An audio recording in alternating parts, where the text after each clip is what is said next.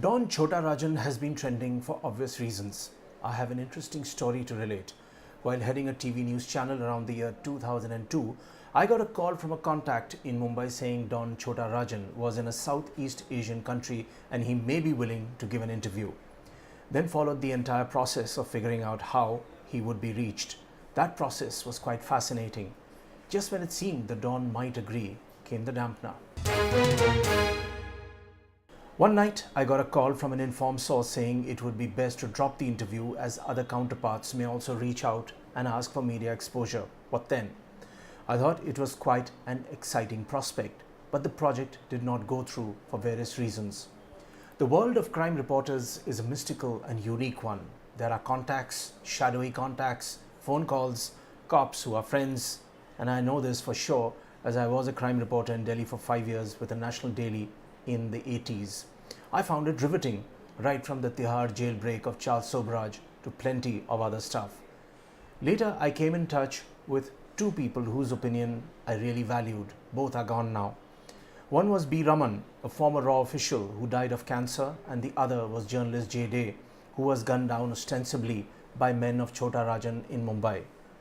Raman was brilliant in giving a macro-level understanding of the underworld, narco-terrorism, drug dealing, and the role played by different gangs. Raman had very sound knowledge of the working of intelligence agencies, and he would often say, "What a pity it is the world never gets to know what we have prevented." True. Some of that is now reflected in our films, which try and show how our tigers operate, and if caught, they are on their own. Coming back to Chhota Rajan, we all had knowledge of his earlier days in Mumbai. Great friendship with Dawood, the fallout, hits on him, and bitter rivalry with Chhota Shakil. All that is public knowledge. I'm not going to put up my hand and say some members of the D gang was on his way to Australia for another attempted hit on Rajan. Quoting sources in these matters is a dicey business. Rajan was branded the Hindu Don versus the Muslim Don Dawood. There are so many stories floating around saying Rajan was helping certain Indian agencies to get to Dawood and bust the D gang. His arrest also has many theories around it. Let me end this with the chat I had with J. Day in Mumbai. Day was a mine of information. He would get calls all the time about movements in the underworld. That was his specialty. Day seemed a tough and upright man, respected by his peers and highly recommended.